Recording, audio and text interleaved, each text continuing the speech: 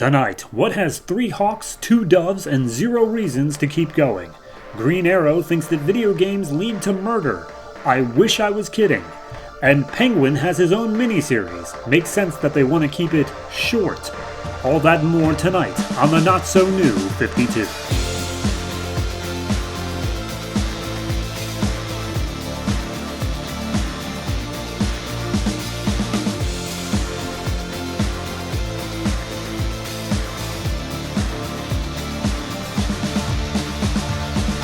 Hello everyone and welcome to episode 5 of the Not So New 52. I am your host, and 2 things before we get into this week's comics. Number 1, if you weren't aware, there are 2 ways to listen to this show. Number 1 is audio feed, number 2 is video feed. We have a YouTube channel, Comics from the Multiverse. You can just type in Not So New 52 and that'll get you there, or type in Not So New 52 into your podcast app of choice and we'll pop up there as well.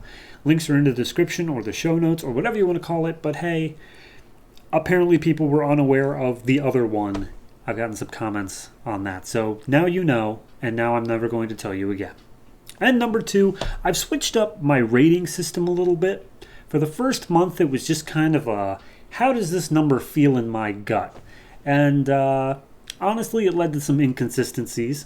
I realized that looking back, but now my rating system is set in stone, where 5 is an average, 10 is a, dear God, it's an all-time classic and will never be beaten, and 0 is a burn it with fire, it's not worth the paper it's printed on.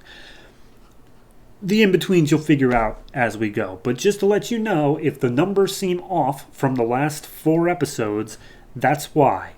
It's not that the books got worse, it's that my rating system is completely changed. Anyway, we're in for a long episode. We got 15 comics this week. 15. So, what do we have for the week of October 5th, 2011? We have number 2 issues of Detective Comics, Batwing, Action Comics, Red Lanterns, Green Arrow, Justice League International, Men of War, O.M.A.C, Stormwatch, Hawk and Dove, Static Shock, Animal Man, and Swamp Thing. In addition to those 13 comics, we have brand new number 1s for 2 new miniseries, Huntress and Penguin, Pain and Prejudice.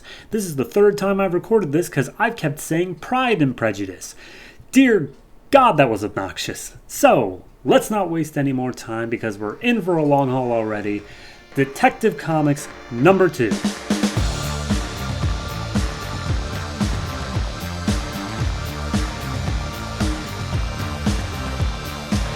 Detective Comics number 2, everything by Tony S. Daniel, left off last issue with the Joker's face being cut off, and this issue does not immediately pick up on that.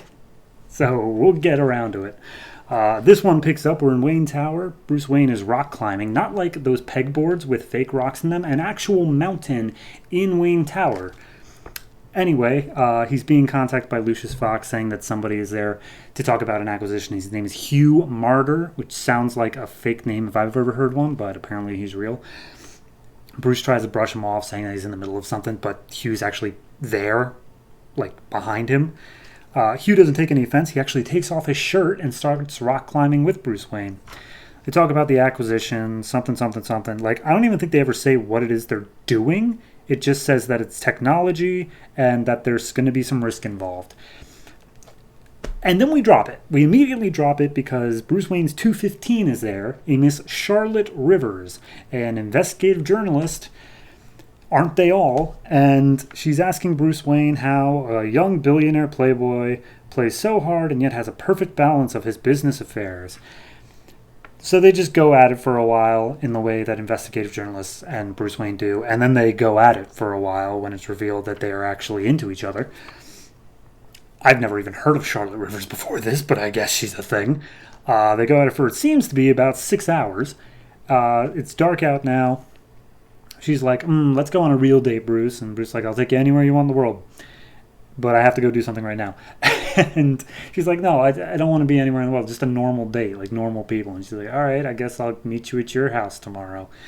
So she seems like she already knows that he isn't normal. Anyway, cut to, again, nothing to do with that. Now he's Batman, and now we're picking up from the last issue. Joker apparently escaped Arkham Asylum that night that he lost his face. So literally the quotes here is, somewhere out there the Joker is free, an insane killer without a face. So GCPD, specifically Gordon and Bullock, they are in Arkham. They're searching everything, trying to figure out who let the Joker out, and they can't find anything. Coming up empty. Gordon steps out. He meets up with Batman. Batman's first words out of his mouth are, "I need to see that face for myself." And Gordon's like, I'm not going to do that. So then he moves on to the second thing. The girl who was kidnapped from last issue, that I genuinely didn't think was going to be a thing. She was checked out of police custody by somebody claiming to be her uncle, but upon, facial recognition or something, they discovered his name was Ray Quimby, and he's wanted for aiding a serial killer many, many years ago. A serial killer named Wesley Mathis, who cut up and then ate his victims. Why they let this dude walk out with a little girl, I don't know. But somebody, right as they're talking, a cop calls in and says how they have a positive ID on Ray Quimby. So Batman goes off. He doesn't feel right about it, though. Something's wrong that this dude could stay off the map for so long and then just show up everywhere all at once. So he's feeling it's already a trap, but he can smell it. He can smell the smell of death in this building. So he goes inside looking for the girl. Her name's Olivia, by the way, if I haven't mentioned. Gordon arrives soon afterwards, sees the cop car that called it in, but the cop isn't in there, and as he approaches, he's grabbed by a gloved hand, which we don't see who it belongs to. So, like I said, Batman smells death. He goes inside. He sees Ray Quimby stabbed to death, but that's not the death he smells. Oh, no. He goes up to the next floor, and he finds the police officer who supposedly called it in, who is beheaded and is now dead for 12 hours. So who called it in unless it's a trap? And then he's attacked.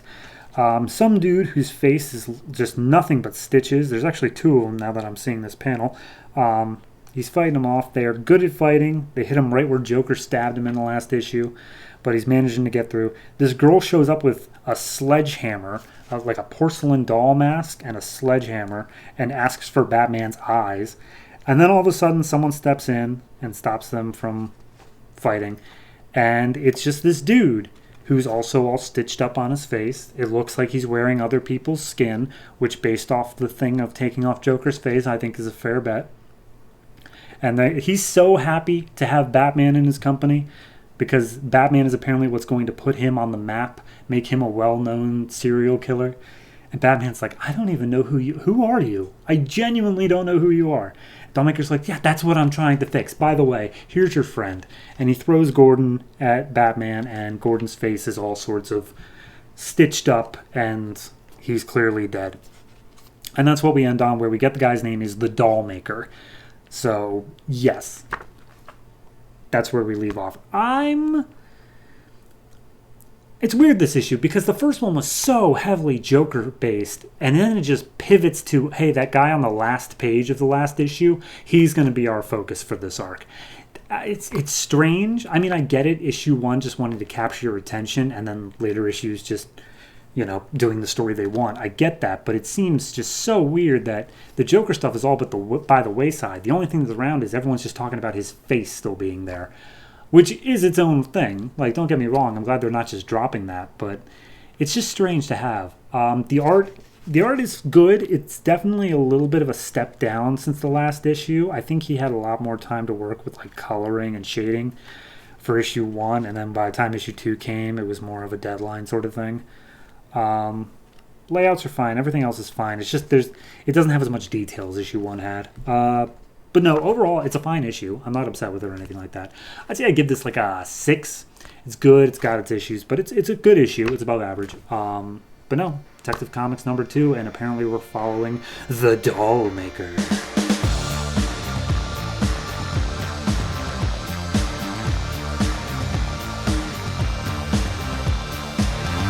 Batwing number 2, written by Judd, Winick, art by Ben Oliver.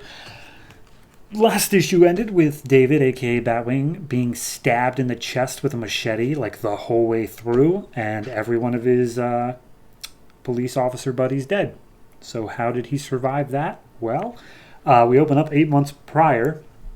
We're in essentially his Bat Cave, aka the Haven. He's looking at his new suit that Batman's given him, all tricked out in tech stuff. And Batman warns him how the suit is just a weapon. It's his mind. That's the real power, the man inside the suit. It's not who he is underneath, but what he is underneath that defines him. So, cut back to the present. He's still stabbed. The dude is just gloating, telling him that he shouldn't have been...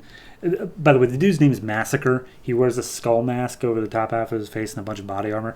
He tells you the name at the end, but I'm not going to call him the dude with the machete the whole time. So Massacre is gloating, saying how it was a mistake to try to track him down, to stop him, how they're all dead because of what they did, how he, quote, he can't have them all getting in his way, not when he's so close to home where small minds expand.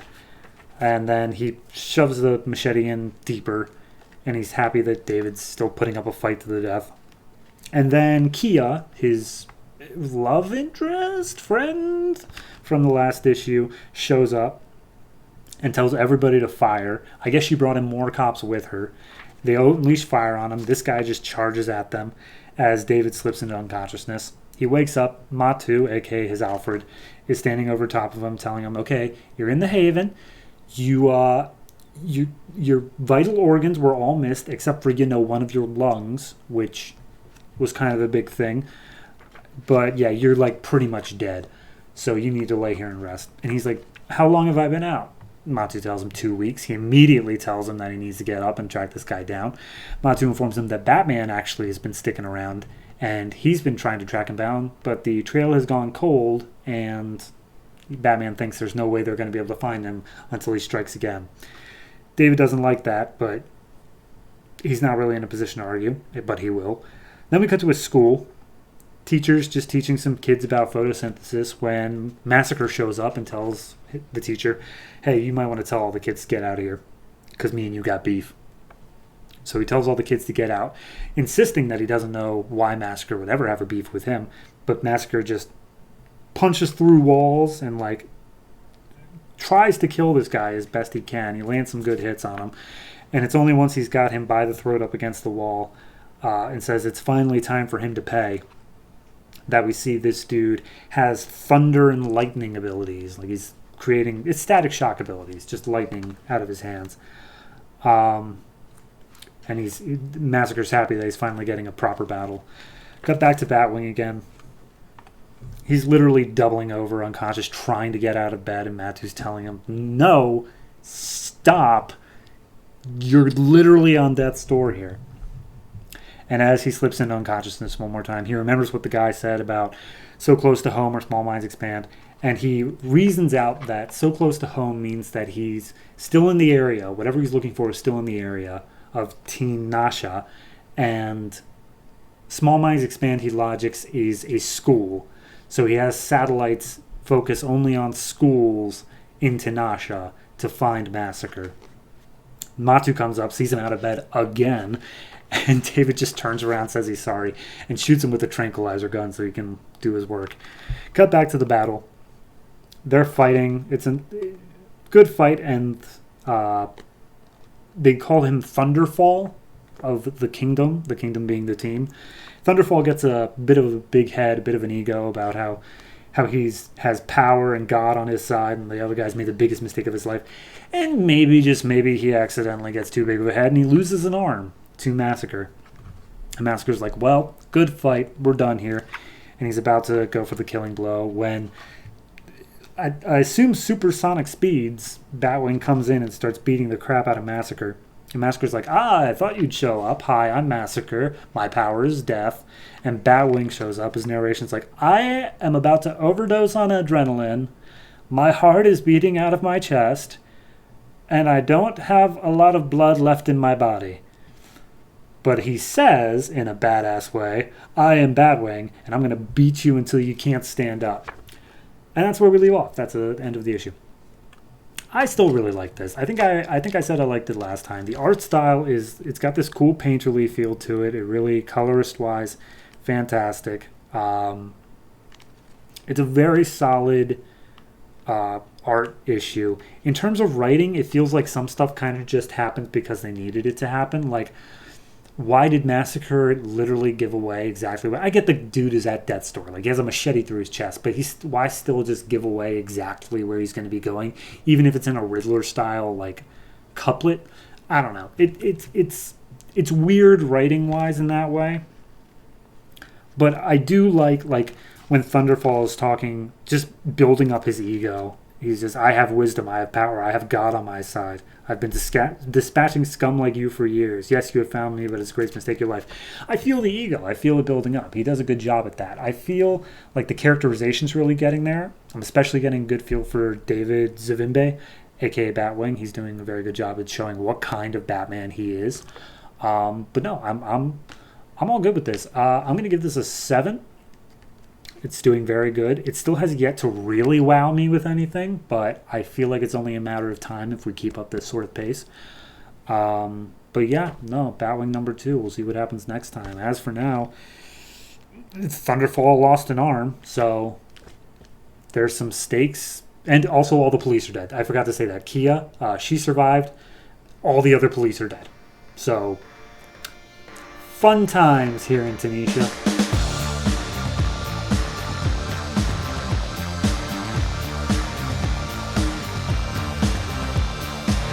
Action Comics number 2, written by Grant Morrison, art by Brent Anderson and Rags Morales. As we left Superman in his last issue, he was pinned between a bullet train and a wall because he tried to stop the bullet train from exploding, hitting the wall. I don't know, but it was all Lex Luthor's fault. So now he's in government custody. They got him tied down to an electric chair, and they just keep on zapping him every time he tries to break loose. And he does, of course, break loose because he's Superman.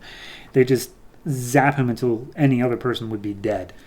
We see behind one of the one-way mirrors, Lex Luthor is calling the shots here, telling him basically to keep torturing Superman because he doesn't think he's a he thinks it's an it, and it's here to take out the Earth and destroy humanity as we know it. But everyone, the scientist, accidentally keeps calling it a he, when Superman, or Lex, keeps saying, no, it's not a he, it's an it. In storms Jeremy Irons, Dr. Irons. He comes in and it's like, this is a man being tortured on U.S. soil. This is never okay. And Lex is like, it's an alien. And if you take a look through the window, he is okay. We can't hurt him. That kind of scares me. Doesn't it scare you, Irons? Irons is like, you're not even listening. You're still tortured. Whatever, I quit. And he resigns as they fail again to get a blood sample from Superman. So I love this line Lex has here after Irons storms out. So we've established that torture is a very bad thing. Let's take it up to 300,000 volts. We cut to, they've got Superman's cape and they're firing every weapon they have at it. It's completely indestructible. General Lane is there, and he gets word that his daughter is upstairs trying to get in.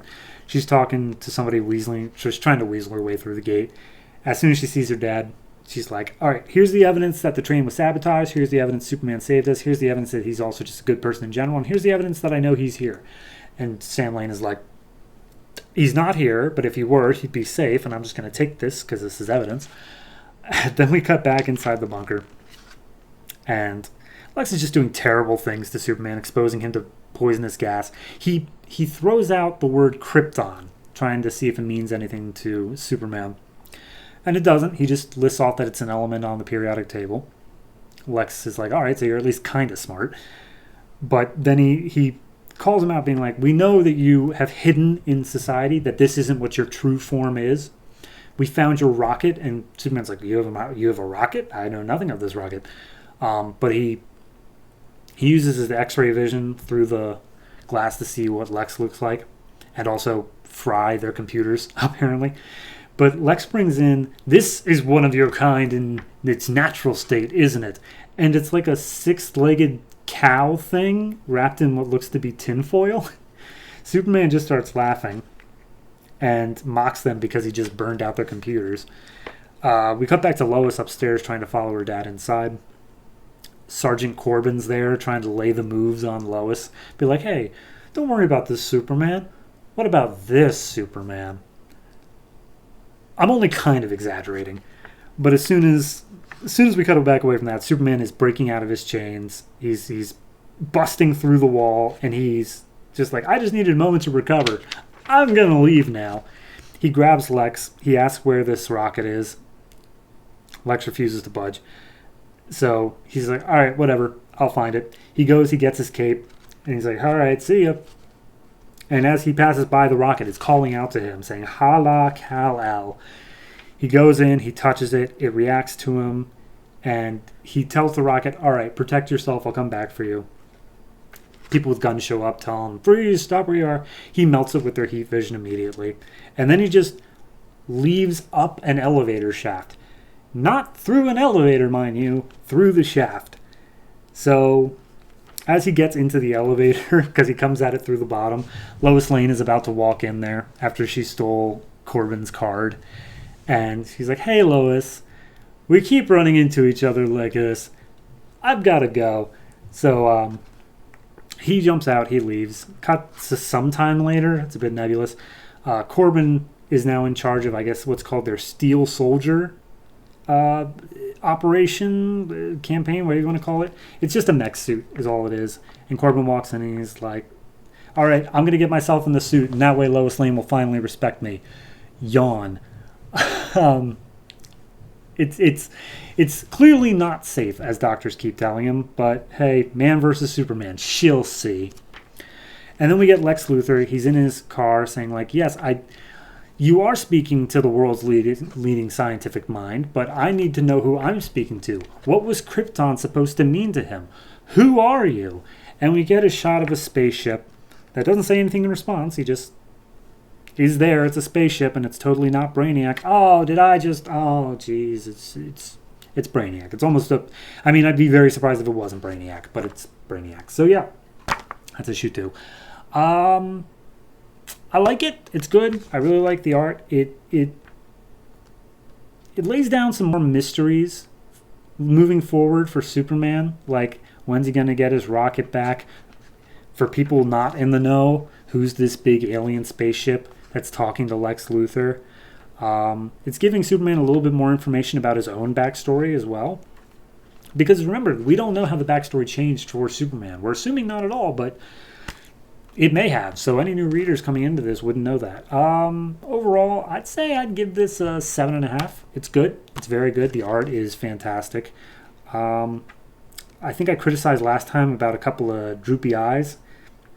Don't really have a problem with that in this one. Everyone's pretty good. I really like the way they did Lex in this. He comes off as smarmy, in every panel he's in. I think that's a good way to describe him. So no, Action Comics number 2. Obviously, Grant Morrison, he knows how to write, so I'm going to give this 7.5, and we'll see how it continues on now that Superman is free to do whatever he do.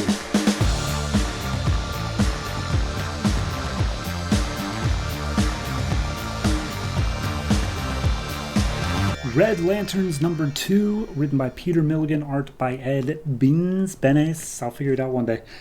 So we left off last issue. Atrocitus decided that the Red Lanterns are going to be a force of retribution, of justice in the galaxy, the universe even. And this is just him picking up on, okay, what does that actually mean? So he's still talking with the corpse of Krona that he has here on the planet Yzmalt. And he's like, all right, so how do I determine which rage is a worthy rage, Krona? I'm not entirely sure. I kind of was just talking before. Krona, of course, doesn't respond because he's dead. But Atrocitus reminisces on a planet called Gan-X or Gan-9. I'm going to assume Gan-X. Where it's an entire planet that's just the universe in miniature. It's filled with rage and war and pain and grief. And apparently there was a race called the Wevers. They showed up to stop a local war, but ever since the local warriors started fighting against the Wevers, it's been nothing but revenge killings and just, total all-out, not totally a metaphor for anything in the world nowadays. So we follow this group of Uevers, 2 of them. I don't even know if they're given names, Har and Nap. And they're just talking about, like, man, if you get to know the locals, not all of them are bad. And they're like, what about the ones that killed our friends? What about them? They're clearly bad. And it's like, okay, but not all. Look, dude, I've just got a wife and kids. I don't want to die out here. And then they hear an incoming missile. One of the ships, not theirs, but one of their friend ships, is shot down out of midair. They're angry. They're looking on their thing. They see down on the ground there are locals. They figure these must be hostiles because, our ship was just taken down. So we have to retaliate. We have to attack. Then we see who it is down on the ground, and it's a group of 3 children who are just playing with some sticks and dolls. 2 boys and a girl. And they're like, all right, we should probably go home, bring this wood back to our parents. And then they hear the sound of the ship from overhead. The ship locks on, sees they're hostiles. The one guy's like, but they're not. They might not be. Like, we should check it out. So they look down. They see that they're holding something that looks kind of like a weapon. And they immediately open fire and kill the 2 boys, leaving the girl alive. The girl sees the dead siblings. First off, the Wavers are cheering. They're like, yes, we finally got some hostiles. Awesome. We've avenged the deaths. And the girl, in that moment, Atrocitus feels just her pure, uncomplicated rage. The worthy pain that is worth being avenged. So then the Wavers see on their radar something big and scary and red is zooming towards them very quickly. And it is Atrocitus, who he's immediately shot at. He takes a couple of direct hits and then just doubles down because it just makes him angrier. So he goes up to the hull of the ship. He tears it open. He grabs one of the guys. I can't nap, I guess. It doesn't matter. The dude with the kids and the wife. And he lets the ship crash. And the dude with the wife is like, he was so young. He hadn't even gotten married yet. You killed him, you monster. And he's like, I'm not the monster. And he takes him and he sets him down next to the kids he kills and be like, look what you did. And he was the one who was kind of advocating for not shooting them. So he's heartbroken of this. He's like, no, we were sure they were hostile. They were holding something. And he saw the sticks. And he's like, no, I was sure we were doing the right thing. And he asks who Atrocitus is. And Atrocitus gives his best Batman speech here. He's like, I'm an instrument of justice. I will wreak vengeance on behalf of the defenseless. And the guy tries to beg for his life. And he's like, look, I have a wife and kids. If I die, you'll be the cause of their rage. And he's like, not my problem. And he spews his Red Lantern napalm blood breath all over him, thus killing him instantly. But Atrocitus is like, he does have a point. Like, what makes some rage better than others? Does rage not beget more rage? But then he sees the girl and he's like, but this is pure rage. This is the stuff that is worthy of vengeance. And he sees the girl playing with the doll. It reminds him of his murdered daughter. He gives the doll back to her and is like, well, I am kind of losing my sense of self, so maybe if I just take this girl with me, she can teach me what, like, rage truly means again. And he tries to take her, and she freaks out very appropriately. And Trust is like, oh, I'm sorry, I didn't mean to, I'm not going to hurt you. Okay, bye, sorry.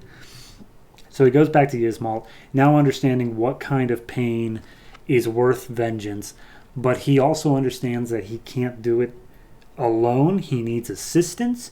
So whereas all the other Red Lanterns are just mindless rage creatures that can barely form a coherent sentence, he's made the decision that he's going to risk them being a thorn in his side and give one of them increased consciousness that will rival his own so that he can have someone to basically bounce ideas off of. And we're left with, which one do I choose? Showing a bunch of the Red Lanterns, most of which you can see on the cover for issue 1. I still like it. It's still good. I think this is... You can do without this issue. I think you can just assume that when he makes his pact to restore vengeance in the universe or whatever, that he knows who he's going to do it with. I don't think this issue is really necessary. I think you could have just immediately gotten into the, okay, I need someone to bounce ideas. I need a lieutenant. Someone's getting extra consciousness. You could just open up the issue with that. I don't think this issue is necessary. That being said, I do think it was a very well-made issue. Because, hoo boy, it may as well just be called Metaphor for world affairs the issue. It's a very on point thing. It does a good job of showing why nobody can look at Atrocitus's mission as inherently just selfish. He's actually doing something that a lot of people think someone should do, of like just take people who won't stop fighting and just show them what they're actually doing to each other. There's something in that, but I'm not sure how it is necessary. Overall, I'm going to give this 7. It's solid. It's a good book. I'm looking forward to the next issue, but this one wasn't totally necessary, but that doesn't make it bad. So yes, that's what I think of Red Lanterns number 2.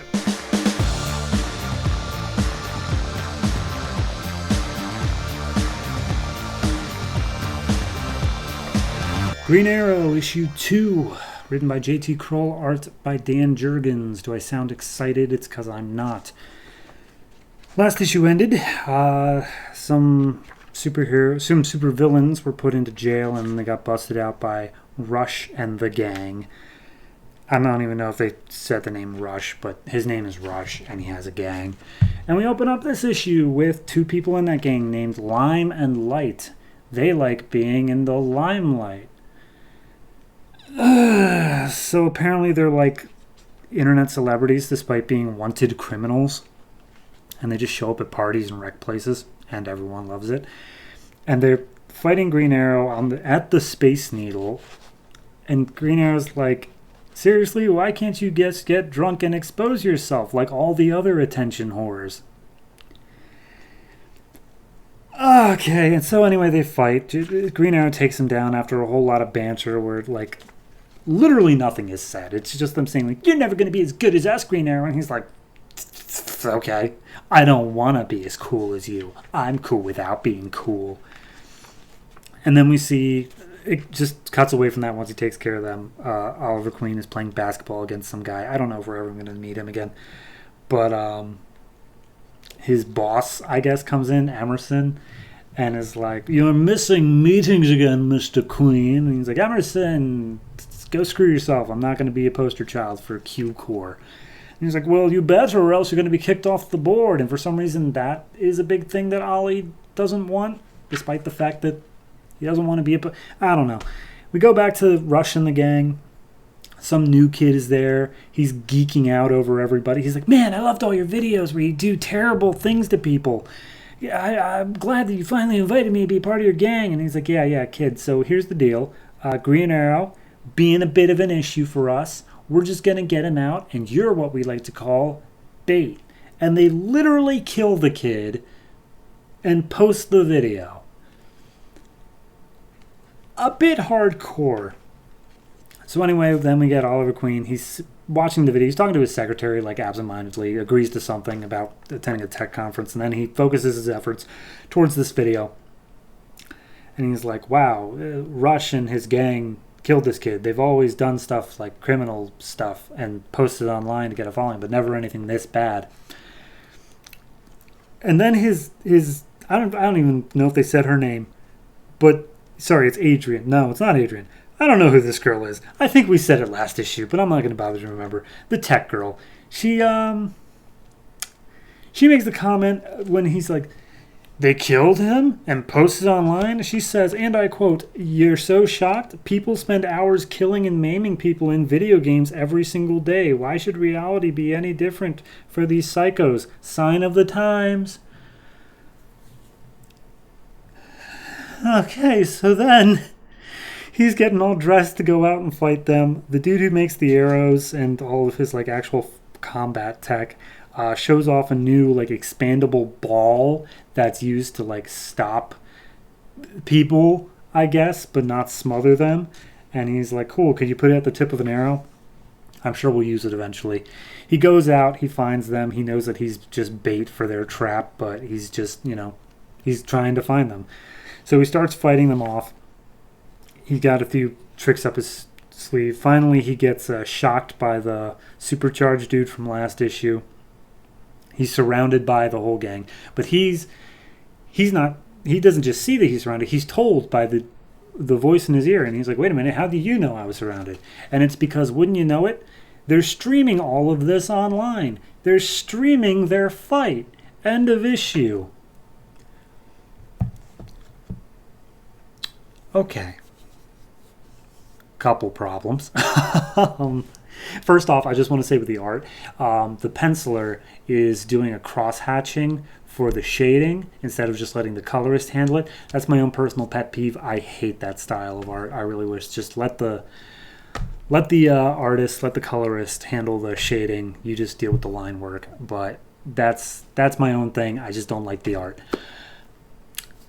The writing, if we could just bash it a bit more into my skull, I really feel like I might pass out from it. Because, oh boy, that was just so... Was he, like, he's supposed to be just like the liberal, like, the super left-wing dude. Yet he's spouting the conservative Christian, well, these darn video games. Are you kidding me, man? Oh my god, like I read that line and had to set the comic down for a while. It just got to me. It's just bad. Okay. Whew. Anyway, Green Arrow 3. Not much to really say unless I just want to harp on it being bad, which I might. But I'm just going to give it a 2.5. I really didn't like it. And I really hope it doesn't get more preachy, but I feel like it is, and I'm scared to go there. But alas, that's what this show is. Ah!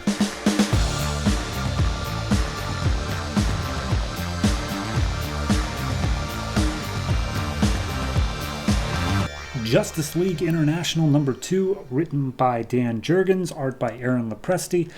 So we left off last issue. There was a giant mech robot thing coming out of the ground in Peru, and the JLI were there on their first mission to fight it. They didn't know it, but they were there to fight it. Pick up on this issue. Oh, the other thing being that the Hall of Justice burned down, because we pick up in this issue and the Hall of Justice has burned down. They're speculating as to why this could have happened, supervillains, anybody, but they chalk it up as just a protester who was pissed off and they didn't have a security system in place because of the transition. So, whatever, it happened. As long as no other bad things happen, the JLI should still be able to continue. Unfortunately, bad things are happening because they're totally losing this fight against the giant mecha beast monster thing. I need a better name for this, but I don't have it right now. So, everybody is falling to the earth. Everyone who can't fly is being grabbed by everyone who can. 2 points of note. Godiva, the British one, really into Booster. I cannot overstate that. Really into Booster. And Rocket Red, and he's got such a long name. General August, I think it was, the Chinese one. The Russian one and the Chinese one. They're fighting over who is the best technology. Glorious Russia or beautiful China. So Rocket Red comes in. He scans the alien. He scans the robot, finds out that it's alien, and is trying to process what it wants. Booster gets a call from the UN guy saying, like, hey, you better take down this robot because the entire world is watching, pointing out a newscapter nearby that's recording it all. And he's like, great, fantastic, thank you. Rocket Red's like, hey, we represent Earth. We come in peace. We just want to talk. What is it you want? He's immediately shot with eye lasers, and then the robot just starts shooting lasers up into space. General August dives after Rocket Red, manages to save him from crashing to Earth too hard. And as the lasers start getting directed at each of the members of the team, Booster has to huddle up close with Godiva, who, as I said, is really, really into it. One particular quote, the interesting thing about these tights is that they're, tight. Anyway, so Ice is on the team. She's hit by one of the lasers. She's hurt bad. And Booster has to make the call. They are clearly in over their heads. Ice is injured and desperately needs a doctor, apparently. What's the correct call from Booster? He panics, and he's like, we need to help Ice. We can't deal with this. We're evacuating. Nobody on the team really likes that plan. especially Rocket Red. He's chewing out Booster, but Batman's like, he made the right call. Sit down. Booster doesn't feel like he made the right call. He feels like he made a complete failure. But he's like, you were put in unfair circumstances by a team that you didn't know the full capabilities of. Follow your gut, make the team yours, and don't ever let this happen again. Cut to Baltimore. Guy Gardner's walking into a bar. He orders a beer, and he sees on TV that Ice has been injured. And he's like, damn it. He flies off in Green Lantern back to D.C. So they arrive back in D.C. on their jet. Booster walks out. He's like, what happened to the Hall of Justice? He's like, never mind that. What happened to the robot? You're supposed to be fighting it. You can't run away. No one is going to trust in a team that runs away. And Batman's like, he did the best he could. Shut up. And the dude's like, Batman? I'm sorry, Batman's here? Batman, you're not a part of this team. What are you doing here? I cannot even begin to describe how it's literally just... It's already doing the Marvel Civil War thing of like the team splits on whether or not basically they want Booster to continue being a leader. Guy shows up. He offers to take the place. But in the end, General August in whatever, he steps up and he's like, you don't win wars by losing soldiers. I believe in him. He made a good call. Of course, Godiva's on his side because... dear God, she's into him. Batman also says that he's capable. And he's like, all right, we've got a crisis. Let's deal with this. How do we take down this robot? And in that exact moment, Skeets calls him and is like, hey, Booster, you may want to turn on your global news system. And he's like, cool, what's up? He turns it on, and there are actually 4 robots all around the world, color-coded for convenience. And he's like, all right. Clearly, we're going to have some issues taking these down. We're now on DEFCON 0. But Batman points out, look, they aren't here just to be flattening some villages. They're here for a bigger goal. They're all shooting lasers up into space. You need to find out what their purpose is and what they're trying to do. Cut to space. Far beyond the edge of Earth's solar system, spaceship is getting a data alert. Some dude steps out of a coffin hearing that planet 3-147 is active. He says, not for long. Planet 3-147 dies today. And it's a big, muscly dude with a glowing axe thing. And that's where we leave off. I don't really have a lot to say about this. It's fine. It's good. I like the concept of, hey, we can't deal with this fight. We're leaving. Like, it's not a thing of like, no, we'll fight until our dying breath. Booster's like, no, we can't handle this. We're going to go now. I like that. It's a good thing to cover in the comic. The fact that it literally, I don't know, this feels like the second to last issue of the arc. Maybe it is. I don't know if this arc continues for the whole trade, but it feels like the second to last issue of an arc, in that they're dealing with the leader, like, finding his ability to lead. It's weird to have this at issue 2 already, but, it's fine. It works for what it is. I'm going to give this, like, a 6. It's okay. It's fine. I don't really care about the villain yet, but I'm sure they'll make me care, or at least try to make me care. But as it stands, this is just an okay issue. It's fine. Nothing really to talk about. Art, pretty passable throughout. Nothing standing out, really. It's all just stock standard stuff. So yeah, Justice League International. Perfectly average in every way.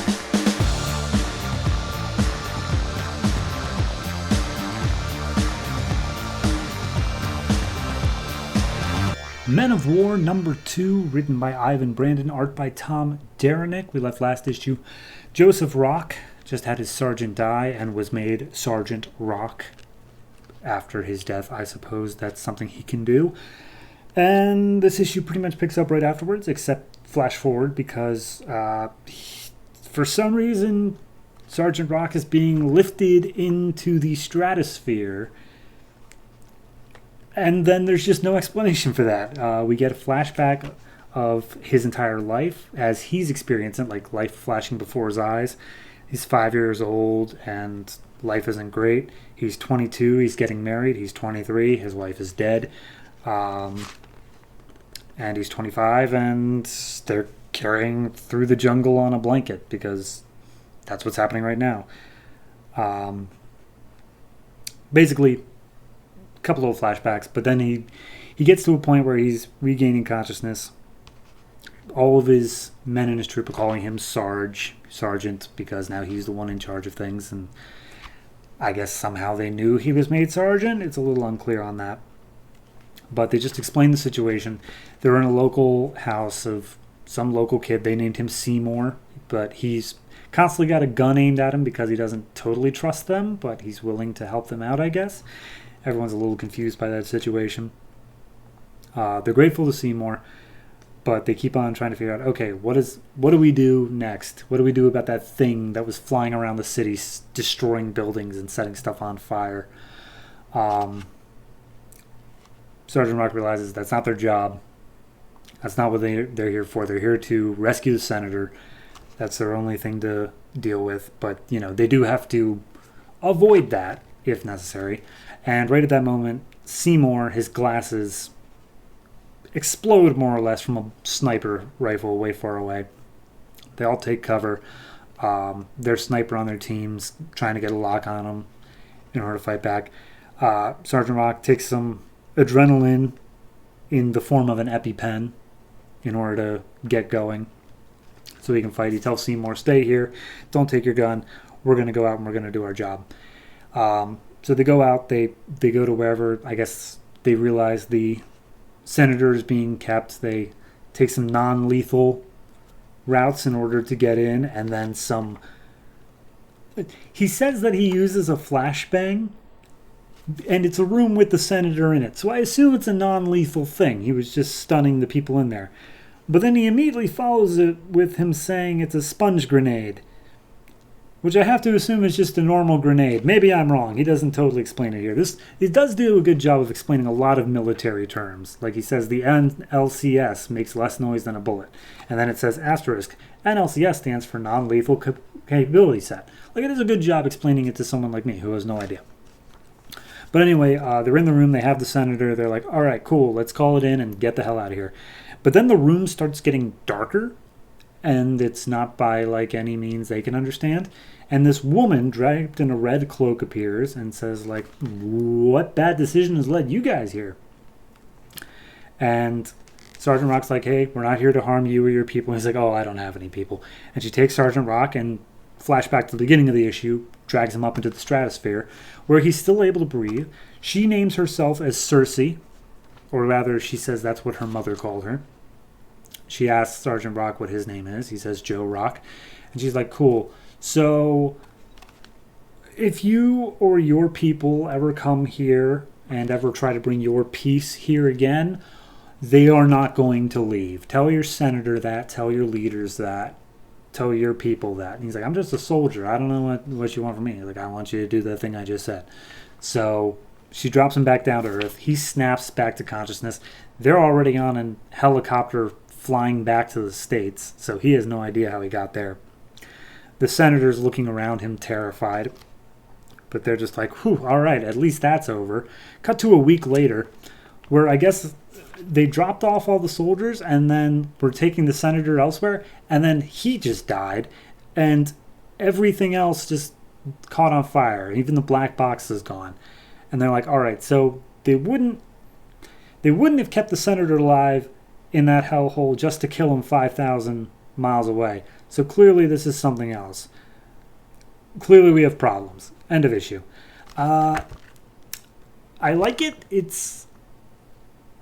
If they're going to continue running with this arc, then I'm good with it. If this is where we leave things, then I'm not. It's strange in that it's conditional on what's going on in the future like that, because it doesn't seem like an ending towards anything we've really done so far. Like the first issue I praised for being so real. It's just real people in like a superhero's world.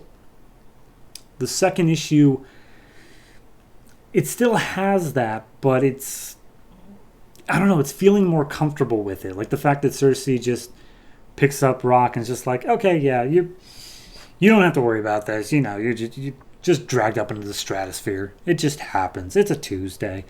I don't know. That feels a bit off to me. But if we're continuing forward with them doing like another mission to find out what the hell is actually going on here, I'd be more okay with it. Also, one thing I didn't mention last issue, this book was published with backup stories. It's about like a Navy SEAL thing, and it 100% has nothing to do with any superheroes. I will not be covering the backup stories unless I think they're absolutely crucial and I actually have access to them. But yeah, just letting you know it's there. As for this issue, the art's pretty much the same as the last one. It's very good. I like the way they do the flashback sections. It really gives a different feel to it. And Cersei is very well done. She really stands out amongst all the browns and grays. So overall, I'm gonna give this. I'm gonna give it a 6. It's got some issues. It's got some iffy parts, but overall, it's good. I like what it's doing with it. It's still picking up some good stuff. Not as strong as the first issue in my eyes. Kind of a letdown there because I was really looking forward to this, but it is still a good issue. So that's Men of War number 2.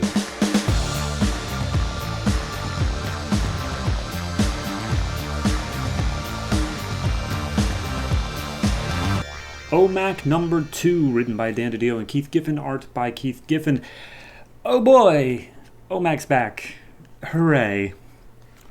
Last issue, we left off in a desert. O.M.A.C had just escaped Cadmus, and Brother Eye Satellite talked to Kevin Cho, a.k.a. O.M.A.C, and revealed his existence. And this issue literally picks up immediately afterwards, giving the audience, and I assume Kevin, the explanation of what O.M.A.C is. O.M.A.C is a virus that blends together biology and technology. It creates the one machine attack construct, which definitely isn't what O.M.A.C always meant, but whatever, that's what it means now. His body can transform into an unstoppable weapon answerable only to Brother Eye, and now they have to do whatever Brother Eye wants. So Kevin's hearing all this through his phone, and then he's just like, no, and he leaves his phone in the desert and walks away into town.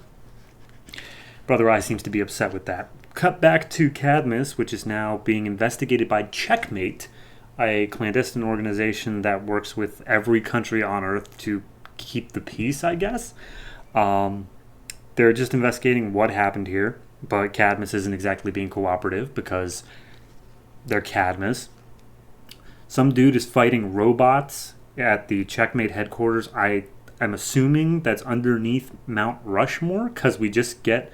It doesn't give any backing detail to that being the case, but it just shows Checkmate people, and then it shows Mount Rushmore, and then it shows more Checkmate people. So, sure, it's under Mount Rushmore.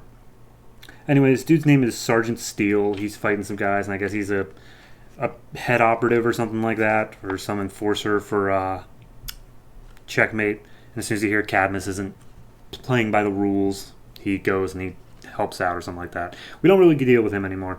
Cut back to Kevin in the town of Wayne, Texas, a tiny little small town. Brother Eye is contacting him through things like TVs and radios and stuff like that. He tells Kevin that he's dehydrated and low blood sugar. He has to go get something to eat. He walks into a diner, asks for some coffee. Brother Eye's contacting him through other people's phones, and Kevin's just trying to ignore him. Cut to a police headquarters, and an FBI bolo alert goes out. There's someone on the FBI most wanted list has been spotted here in town, and it's apparently at Susie's Diner, aka where Kevin is.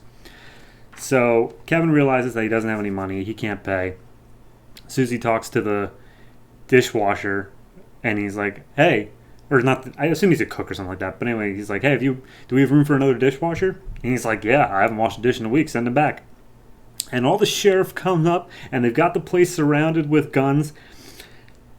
And then the chef reveals that he is like a Cadmus mutant as well. He sees all the police surrounding them, and he's like, guess they found me, and he hulks out. But what's weirder is that's also the one that the FBI bolo alert was about. Kevin has nothing to do with any of this. Is just another thing going on. I was confused. It literally has a panel here of Kevin going, am I missing something? I thought so too. It's just another thing going on. Anyway, I forget what his name is. Rocker. He goes by the Amazing Man. He's able to absorb any basically anything, it seems like, and take on its properties and its power and whatever. Kevin's like, what's going on, Brother Eye? And Brother Eye talks through the phone. He's like, you got to O.M.A.C activate. So he O.M.A.C activates, which I still think is dumb, but whatever. So the dude's going after one of the sheriffs. O.M.A.C grabs him, throws him to the ground. They start fighting. Amazing Man. Basically, it's just like, Cadmus ruined my life. I just wanted to live a quiet life out here, but they like forced me into experiments. And you shouldn't be fighting for them. It takes the second where he throws some rocks or whatever at Amazing Man, which only makes him stronger. But then Brother Eye tells O.M.A.C that his eyes and ears still work the same, so he should try to blind him. He does. He takes him down. And then the Amazing Man's like, why didn't I think of this sooner? And he grabs O.M.A.C's arm and is like, I'll just steal your technology. But in doing so, he gets the O.M.A.C virus, and Brother Eye's just like, cool, now I've got control of you too. And he just teleports him away for later use whenever he needs him. O.M.A.C gets teleported off the scene. He's taken to a bus station. I don't know why they didn't just teleport him to where they needed him to go, but he's taken to a bus station so that he can ride a bus. He takes someone's headphones so that he can talk to O.M.A.C, and O.M.A.C says, or not O.M.A.C, Brother Eye. Brother Eye says that he's taking him to one small little detour to take care of something. Cut back one last time to Cadmus. Someone is chewing out Cadmus for not having everything under control, and how the O.M.A.C virus is in the mainframe and Brother Eye is out. And it's revealed that the person who's, I guess, in charge of Checkmate and is also funding Cadmus is Maxwell Lord, who, if you just started with the New 52, means nothing, but who boy are they playing it up to be a really big reveal here. So that doesn't make a lot of sense for new readers, but whatever. That's where we leave off. A couple things of note here. There's one part in here where Rocker makes a tornado, and he tells O.M.A.C, literally, tell me, do you breathe? And I'm like, okay, guys, hold on right now. Hold the phone right now. Art is still really not my style. I know they're imitating Jack Kirby. I'm aware of this. I know that's the style they're going for. But Kevin Cho literally looks like a Neanderthal in every panel he's in. And it's just not a good look. There's a couple people where it works for, mainly monsters, but for the most part, I'm not a fan. Also, they got this swirl thing going on for O.M.A.C's mohawk, and it's just the exact same effect every panel with no change. It just they just stretch it and skew it to make it fit the shape of his mohawk. Overall, I mean, Checkmate's a thing. I like the writing a bit more than I liked issue 1. The art's still a little bit iffy. It's setting up more of a story, whereas the first one just felt like, oh, we're just going to bash through Cadmus and show off a couple things. This one's actually setting up a story, so I'm fond of it in that. I'm going to say this is 5.5. It's average. It's okay. It's got a couple things going on. The art really drags it down for me. If this looked good, it'd probably be a hell of a lot higher. But no, 5.5 for O.M.A.C number 2, and I guess we'll see if it continues an upward trend. If so, by the end of it, it should be the greatest comic I've ever read, but I highly doubt that that's going to happen.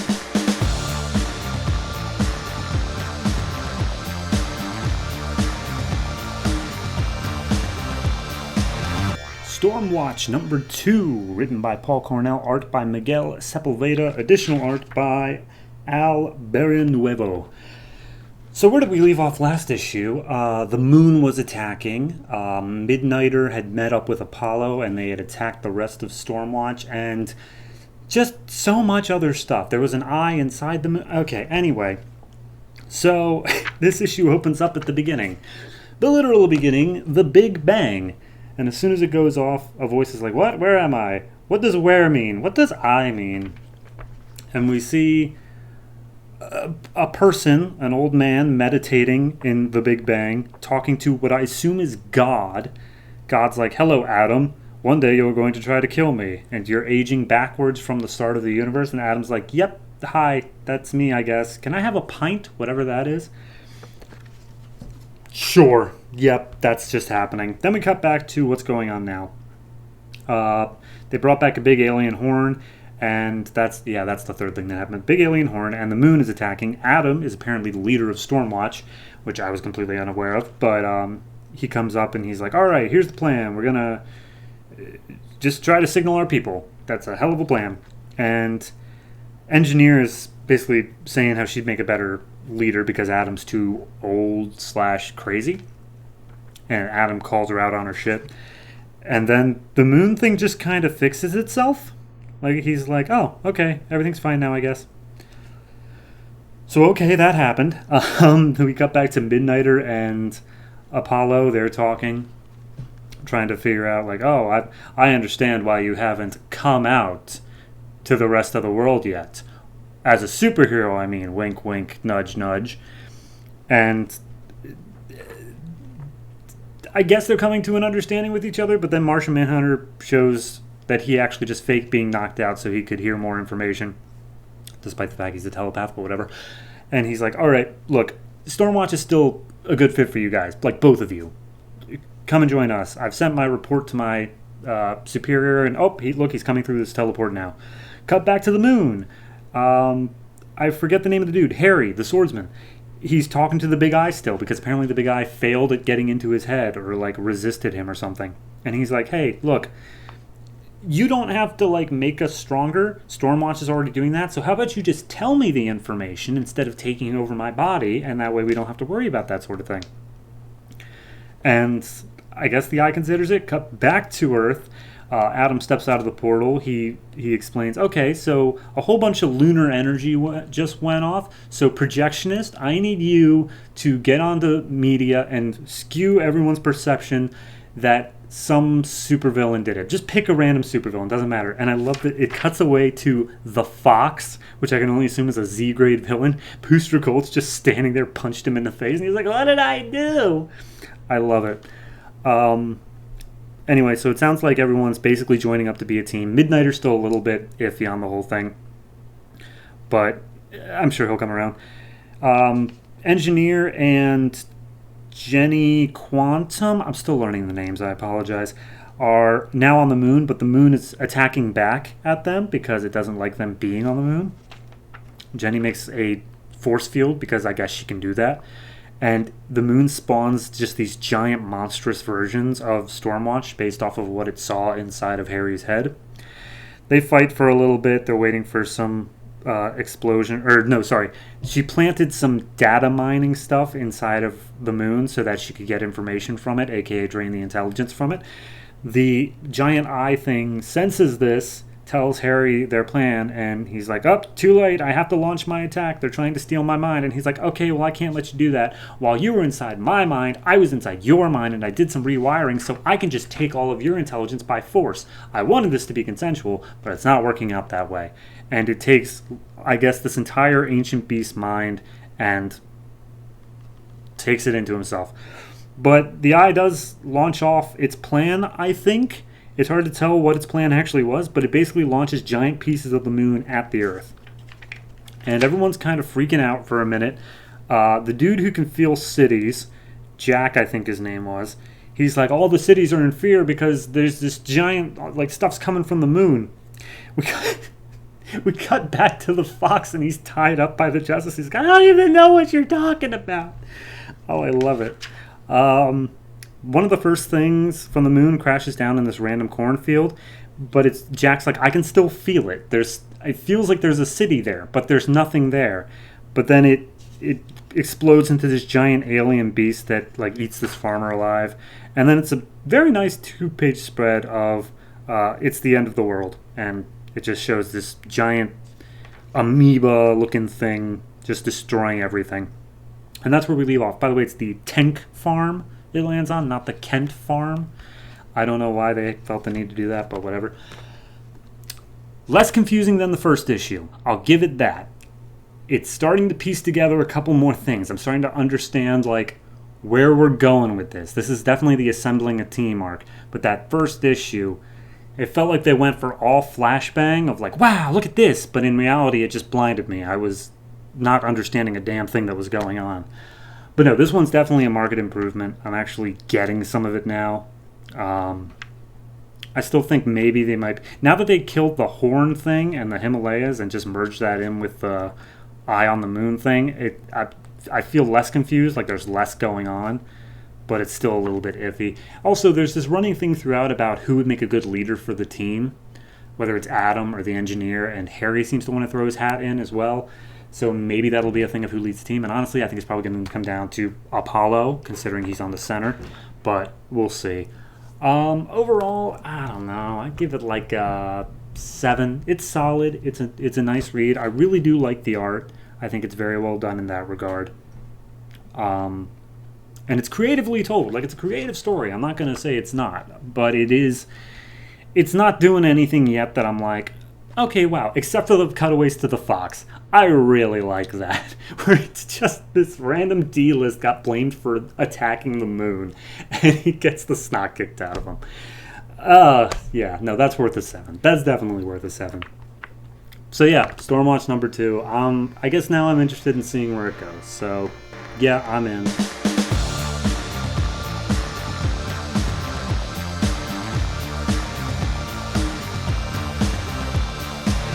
Hawk and Dove number 2, written by Sterling Gates, art by Rob Liefeld. We last left off, there were some zombie things, and a dude showed up who looked exactly like Hawk, and he killed one of the... I don't care. Anyway, we open up with, last week, another dude who looks exactly like Hawk. His name is Osprey. He's tied up. He's beaten. He's gray colored instead of red or, as the other guy was, brown. And the brown one actually shows up, and he calls the gray one Osprey, and he reveals himself to be Condor. And they are both also avatars of war, which really makes me confused for how it works, because I thought it was like they were imbued with the power of the god themselves. But I guess there's just a bunch of them running around, all looking pretty much identical. Whatever. So anyway, he's saying like, all right, so here's what's going to happen. You've got power of the avatar inside of you, and we're going to kill you and take it. And he's like, and we see this young girl who's just so eager to just drive this knife into Osprey's chest. So she comes up, she stabs him, she absorbs the power of... Despite him being a war avatar, she somehow gets the peace avatar's powers and becomes Swan, who looks exactly like Dove, but yellow. So they're like, did it work? Did it work? And she's like, yeah, it worked. So they make out, and then we just don't deal with them for a while. Cut to, they're still dealing with zombies from that Professor What's-His-Face, Quark. Such a great name. Still dealing with zombies being released all over the place. They found a building, like a hideout of his, where a bunch of them were being kept. And they're fighting through. Dawn says she found something. Sorry, Dove, because she's not in her civvies. Dove says she found something when Deadman, a.k.a. Boston Brand, shows up. And he's like, hey, I thought we had a date. They're dating. I think that was established last issue.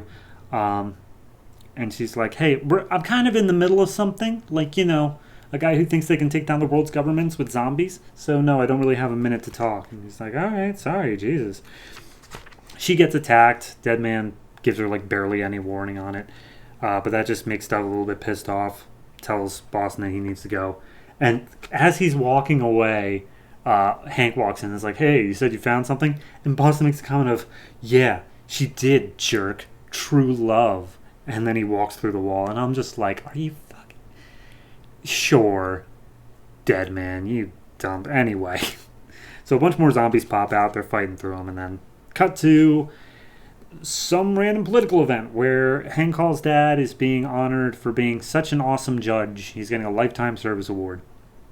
Hank is late, but he shows up and is like, yeah, we had a little bit of a problem with some zombies. And Hank's like, or his dad's like, you're here now, no big deal.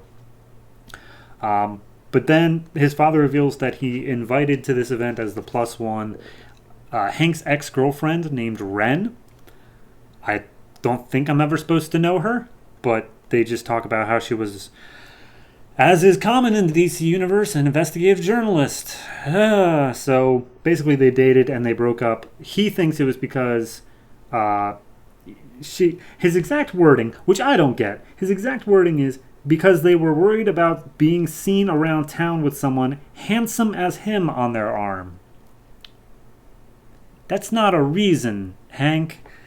And then she says, no, it's because you'd rather strap on red boots and run around. And then Dawn shows up. And Ren's like, oh, great, she's here. I'm going to go powder my nose. So anyway, they start this award ceremony. It's not Obama is presiding over it. It's just Obama. And once Ren hasn't shown up for like half an hour, they go to check on her. They sense there's danger. There's an explosion. And they're like, oh, what could it be? We have to turn in a hawk and dove. So they turn in a hawk and dove. And there's some rioting. There's some screaming and rioting noises out from the main hall. They run out there. And not Obama and Hank's dad have been captured by Condor and Swan, ending the issue. I don't... Like, what was the point of the zombie thing? We're just dealing with Condor and Swan. Was that just... I don't understand that part. It doesn't seem like it's doing anything. But whatever. Sure, zombies. That's just the backdrop. That's just the normal everyday stuff. So I don't... This book must suck for colorblind people. I'm going to tell you that because they look virtually identical except for color palette swaps. It's just... It's strange that they went with this choice. And to introduce another one who also looks the same but is monochrome. I don't know. Maybe it's just me. Personally, I don't think the story's terrible. I think it's okay-ish. Maybe a bit wordy at times, but it's fine. It's the art that's really dragging it down for me. It's Liefeld. It's just Liefeld. What more do I have to say than it's just Liefeld? So overall, I think the two even out. I'm just going to give this a straight 5. It's perfectly average. The only writing critique I can really say is that dead man bit where it's like, yeah, she did, you jerk. Oh, shut up. So no.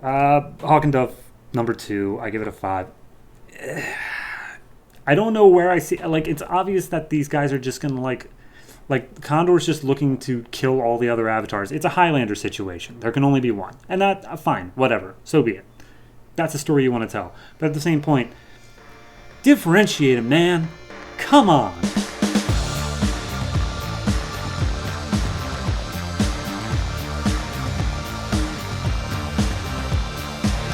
Static Shock number 2, written by John Rozum and Scott McDaniel. Art by Scott McDaniel as well.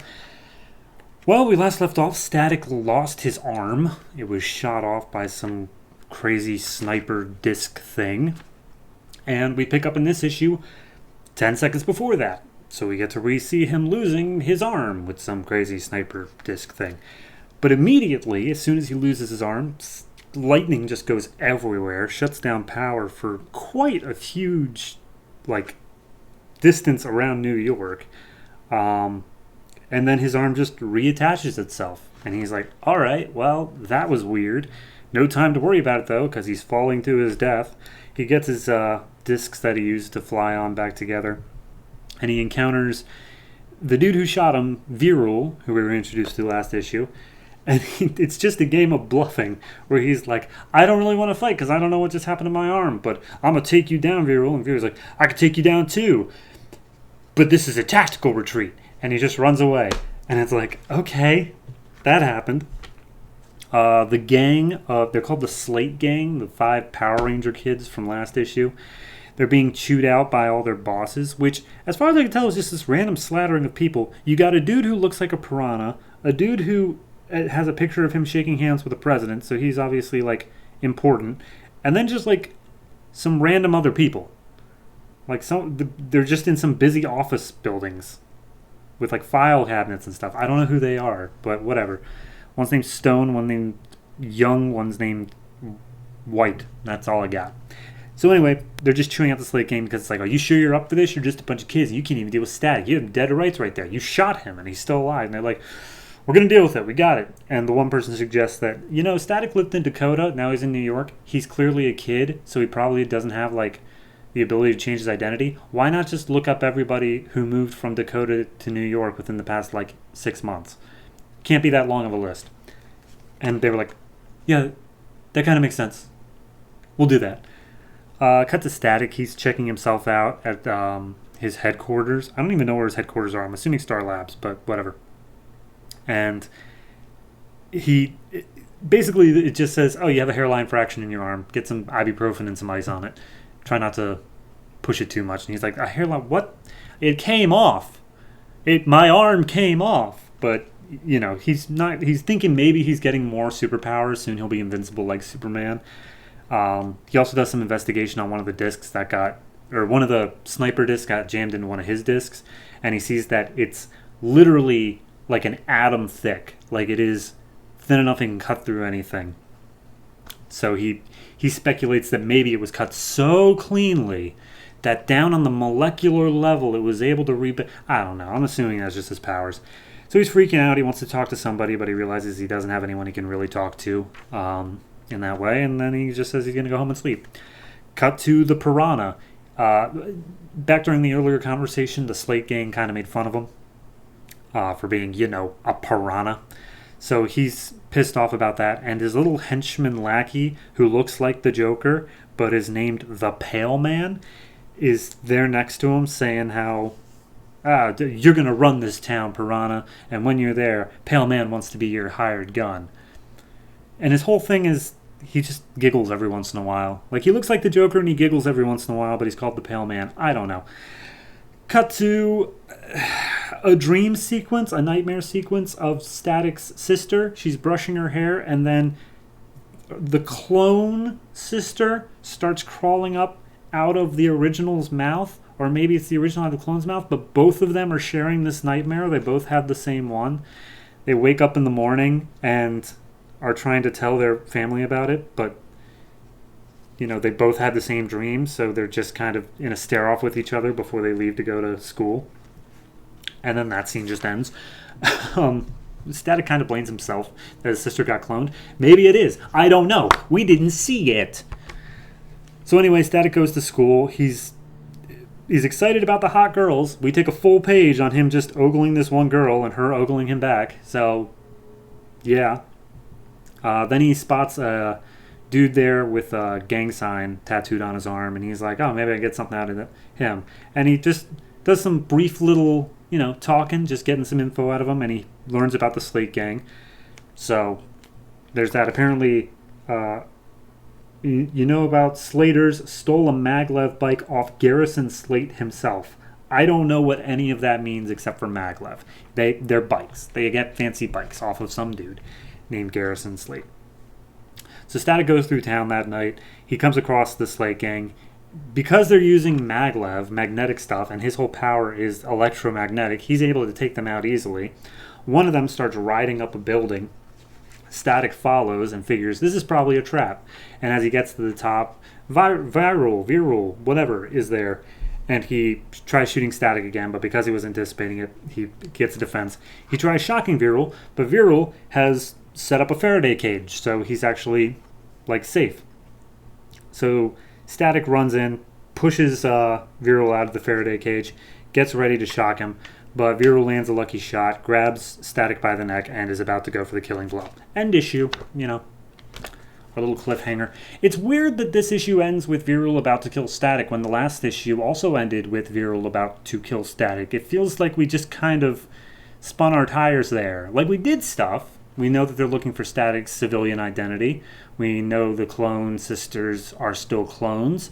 And we know Pale Man and Piranha are a thing. But it's still... And also, I guess we learned that Static has a new power that he can reconnect his arm, maybe. But it's just weird that we're ending in the exact same place we were at, you know? It just shows that... All this did was show that Viral can learn from previous fights, which I had no reason to think he couldn't. So, I don't know. It feels a little unnecessary, but it's mostly for just character growth and maybe a little bit of development. I'm going to say this is a 6. It's fine. It's got some major flaws. It's not great. Mostly it comes down to the fact of it's not doing anything that bad, you know? Like, it's still not explaining the clone thing, which is pissing me off to no end that we're not getting that, but it's fine. It's just moving on along. Art is perfectly fine too. I don't really have any problems with that. So no, it's fine. It's fine. I don't know what more you want from me. It's not blowing my hair back, but it's Static. Hooray.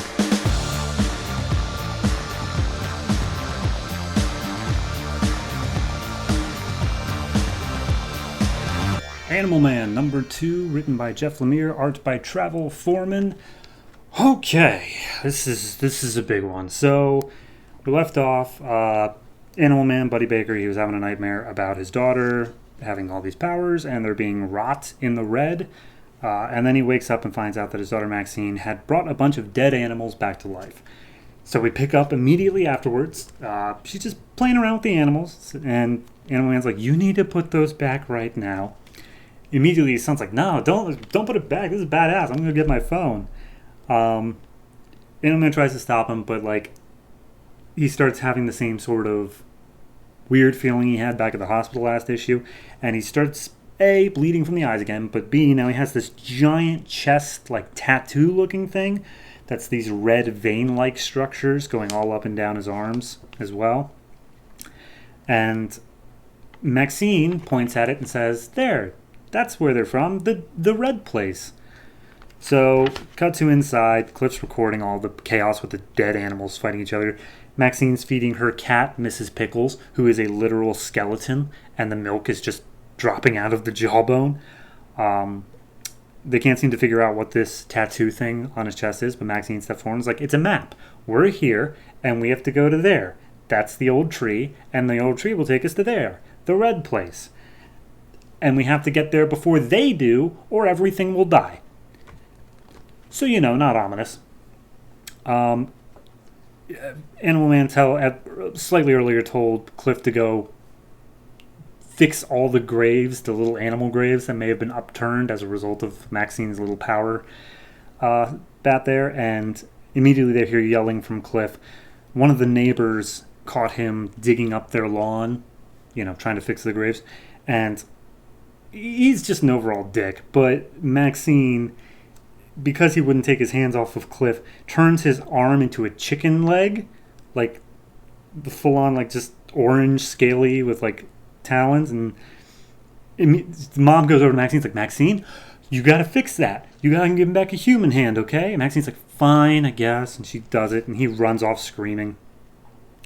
And basically they're like, okay, Maxine seems to have some idea what's going on. She's really, really powerful, and this has something to do with like our powers. So I think that me and Maxine, Animal Man talking, me and Maxine have to go.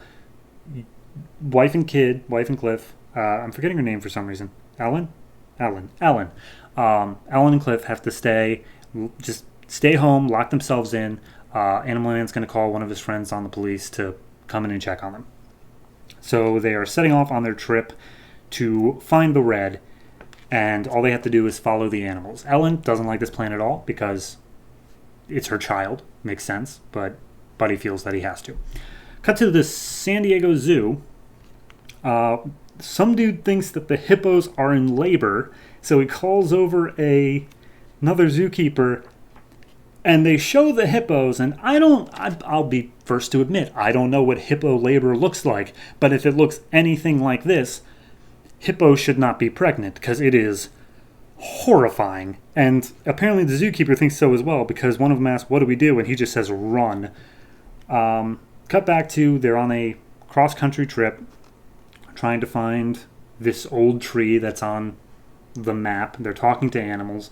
They talk to a tortoise who says to talk to a snake. They talk to a snake who says to talk to a mosquito. And the mosquito says, "Yeah, I know where the tree is." So, okay. And Animal Man is like questioning, "Well, I've always thought my powers were from aliens." And scientists who looked at me called it the morphogenetic field. I've always called it the life web, but maybe it is like an actual place. And so they get to the tree, and it's this crazy tree that's just floating in midair. And Maxine touches it and reacts to her touch. And Animal Man's like, "Okay, so how do we help it?"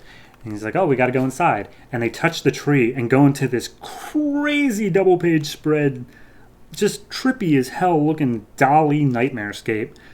And I guess now they're in the red. Cut back to the zoo. The rot that we saw, the 3 demon-looking things that represent the rot that we saw at the end of the last issue, they were the ones inside the hippos, I guess, and they have devoured these zookeepers and have worn them like skin suits. And they're like, "All right, the Avatar's ready, powerful, we got to go and take care of this by using our skin suits." And that's where we're at. I still really like this book. I think I said that last time, but I really, really like this book. It's so dark in ways that you just don't even think about. Like, just like her just absentmindedly, just whatever. Oh, this is Mrs. Pickles, my cat, and it's just a skeleton.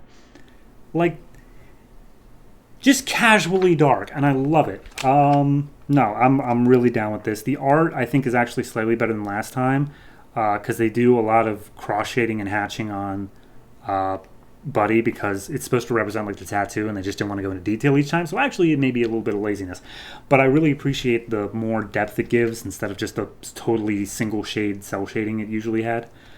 And again, just like all the trippy visuals, I'm down with all that. So overall, I'm giving this an 8.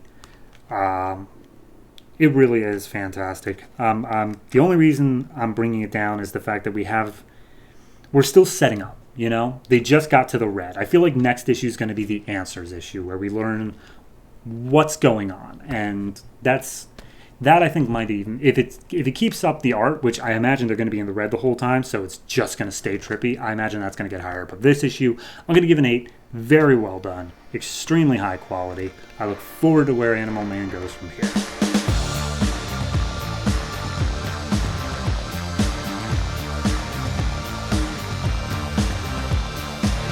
Swamp Thing, number 2, written by Scott Snyder, art by Yanick Paquette. We last left off, Alec Holland was approached by a Swamp Thing after he was accosted in his motel room. Also, there was a giant rot monster, but mostly the approach by Swamp Thing. This issue opens up with the story of that Swamp Thing. Where did he come from? He was a World War II pilot. His name was Calbraith A.H. Rogers. Hell of a name. Anyway, he's a World War II pilot. He's being shot down. He doesn't fear death, but he fears what comes afterwards because the Green has always been calling to him his entire life, and that's why he flew, to get away from the Green. But he realized it was futile in his dying moments, and he was absorbed by the Green and became a new guardian of it. Sorry, a new protector of the Green, a.k.a. Swamp Thing. And he's here with a very important message for Alec Holland that he definitely super needs to listen to. But Alec's like, all right, hold on. First off, message for you. And Swamp Thing's like, I'm listening. He's like, I have given everything to the Green. I died. My wife died. I have these dreams of being a monster and a girl with white hair. I have worked my entire life on this biorestorative formula, which he still holds in his hand. Is this not enough? Is this not enough? Like, if you have any human left in you, you just told me your backstory. If there's any human left in you, leave me alone. And he tries to leave, but the Swamp Thing's like, so I've given up a lot to be here. I need to talk to you. You don't have to do what I say. You just have to listen. And Alec's like, if I listen to you to the end, no one else ever contacts me. No one from the Green. Got it? And he's like, all right, agreed. So he shows him a vision of that giant rot monster, aka Seethe, and he gives a brief explanation on how there's the red and there's the green. And red is for animals, green is for plants, and then there's an other. There's death and rot and decay, and it affects both the green and the red. And this is the bringer of that plague.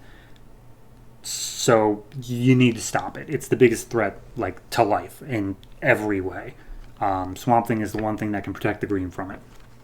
And he just shows him, like, some of the chaos he's giving through some random towns here. And he's like, look, you never learned about him because we like to keep him a secret, and also because we didn't think of him until now. But he knows about you, and he's probably coming to kill you right now, regardless of whether or not you're Swamp Thing, just because of the fact you were Swamp Thing. But you weren't Swamp Thing. So this is the part where it gets a little bit complicated in the backstory. So back during the Vertigo run, that's all critically acclaimed, it was made clear at one point that Alec Holland was not Swamp Thing. Alec Holland was dead, and Swamp Thing came from the swamp where he died. And it believed that it was Alec Holland because it was implanted with memories and such, but it wasn't. That was from the Vertigo run. This one slightly twists some stuff. First and foremost, the people who become Swamp Things have a certain genetic predisposition. They have something in their bloodlines that, like, you are picked by the Green to become its guardian.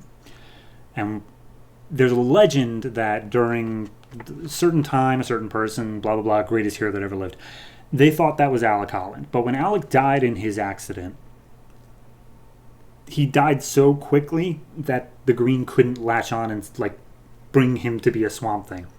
So rather than give up what could be their greatest hero, the Green tried to recreate its consciousness, his consciousness, into a new Swamp Thing, which is why I thought it was Alec Holland. Whether or not they did the right thing, who knows? But that's what they tried to do.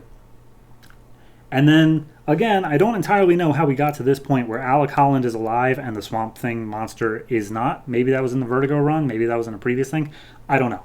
But Alec Holland's alive. He remembers being a monster.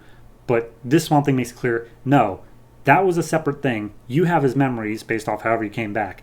But you were never a true Swamp Thing. But if you became a true Swamp Thing, if you became a true Protector of the Green, you would have so much more power because you would not be pure green. You would be the red, the human, inside of the green. That gives you so much more. As he's saying all this, he's wilting away because apparently in making contact with Alec, he had to give up his spot in essentially Swamp Thing afterlife. He had to leave, and now he's going to a true eternal rest. So he makes this plea to Alec, and Alec basically says, from what I saw of the Green, it kind of sucks. So no, sorry. And Swamp Thing's like, all right, that's fine, whatever. By the way, you mentioned a white-haired girl in your dreams? And he's like, yeah. And Swamp Thing's like, don't make contact. She's bad news, bro. So he goes back to his motel. He makes contact with the front desk person, goes back to his room. And then the front desk person notices a whole lot of flies coming in to her office. We cut back to Alec's room. The front desk person comes, knocks on the door, and then comes in swinging with a hatchet with her head on backwards. Alec manages to dodge, gets outside, and we see everybody at this motel has weapons, and they're coming after Alec, all with their heads on backwards. He parries, he dodges, he manages to get trapped, and then who comes in but someone on a motorcycle with a shotgun, saying basically, come with me if you want to live. He hops on the motorcycle, they drive away. He tells the person to stop, says thanks, and then asks who the hell they are. A person takes off their helmet, says, don't thank me. My name is Abigail Arcane, and I'm about to watch you die. It's the white-haired girl from his dreams. And she's got a gun trained on Alec now. I don't really like talking about other comics while I'm giving a review, so that way, if you're not reading that one, you don't have to worry about it. But if you haven't been reading Animal Man, or watching my reviews of it, I should say, definitely check those out, because these are so tightly interlinked, and I love them both so very much. This book, the art is fantastic. They get really crazy with the layouts, and when I first open up the page, I feel like I'm going to have a hard time following it. Like, where do I go to next? But it's so natural. It just, your eye just perfectly follows exactly where it wants you to go. The art's fantastic. The writing is great.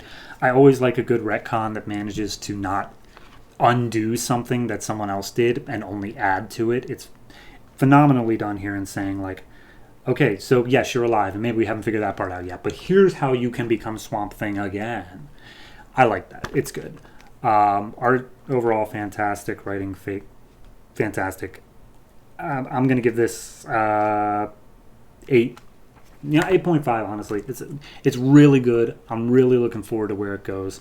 So yeah, Swamp Thing number 2, continuing the Rot Saga.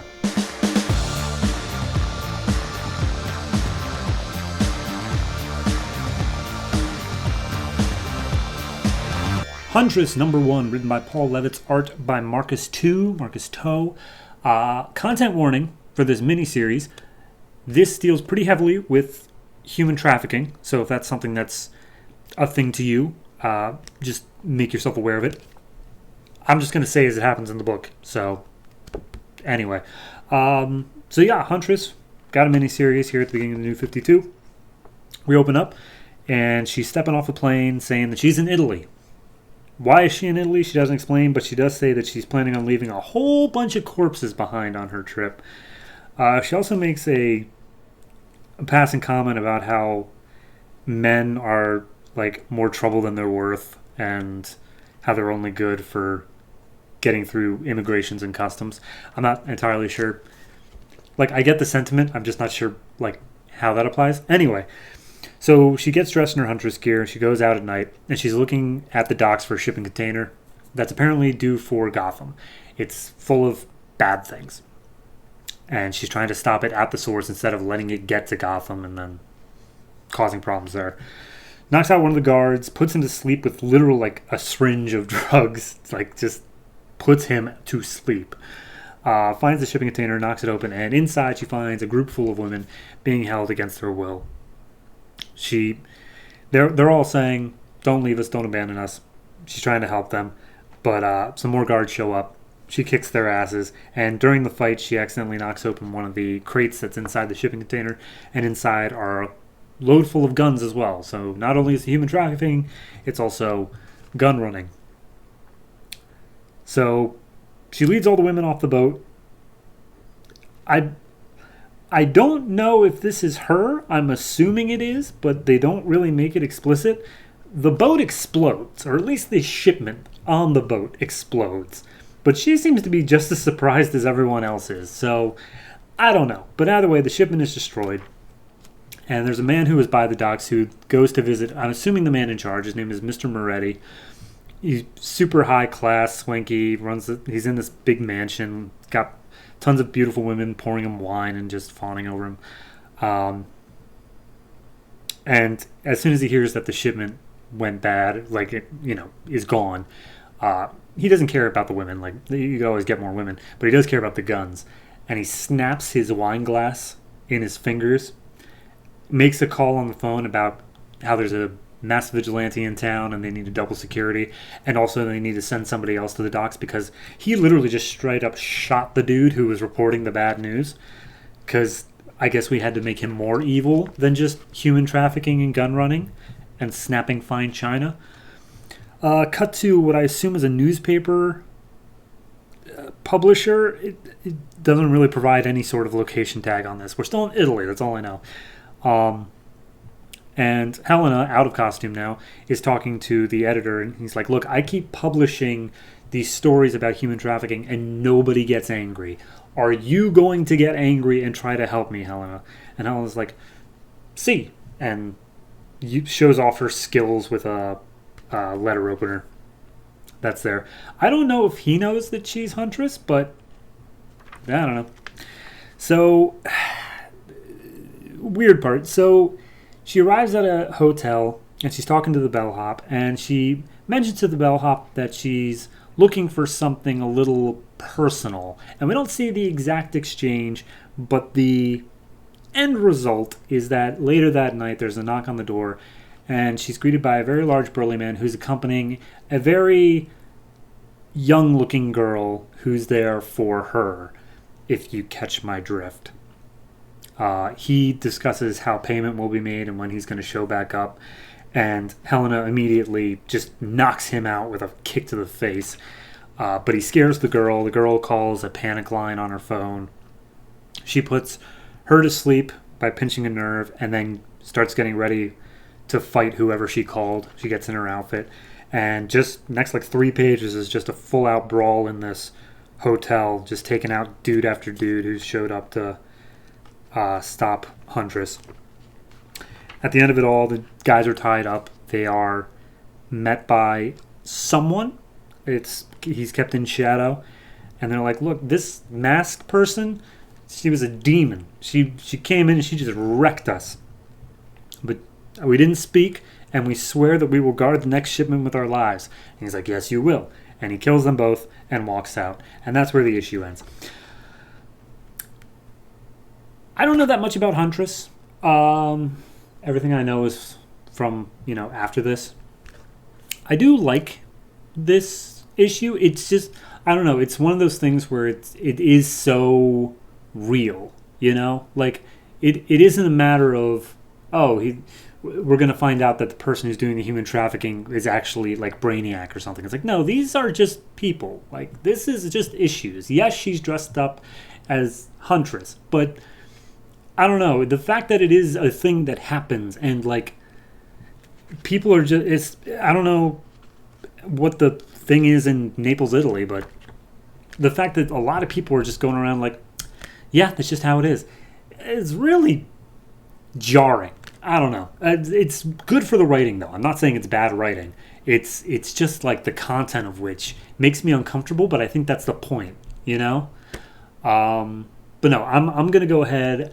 I think this is a 7. The art also is very good. Maybe a little bit stock standard, but the tone of it really works for this. Like it's a softer sort of feel, but it when the action comes, it's a hard action. So yeah, no, it works. It works. It's a fine book.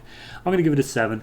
Not blowing me away right now, but I'm looking forward to seeing where it goes. I'm assuming it's just going to be a Helena versus the mob story, but who knows? Maybe we could get an alien somewhere along the way. But yeah, that's Huntress number 1.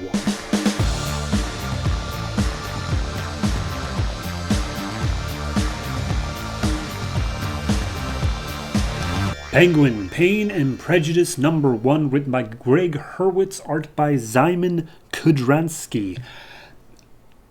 How did this book get greenlit?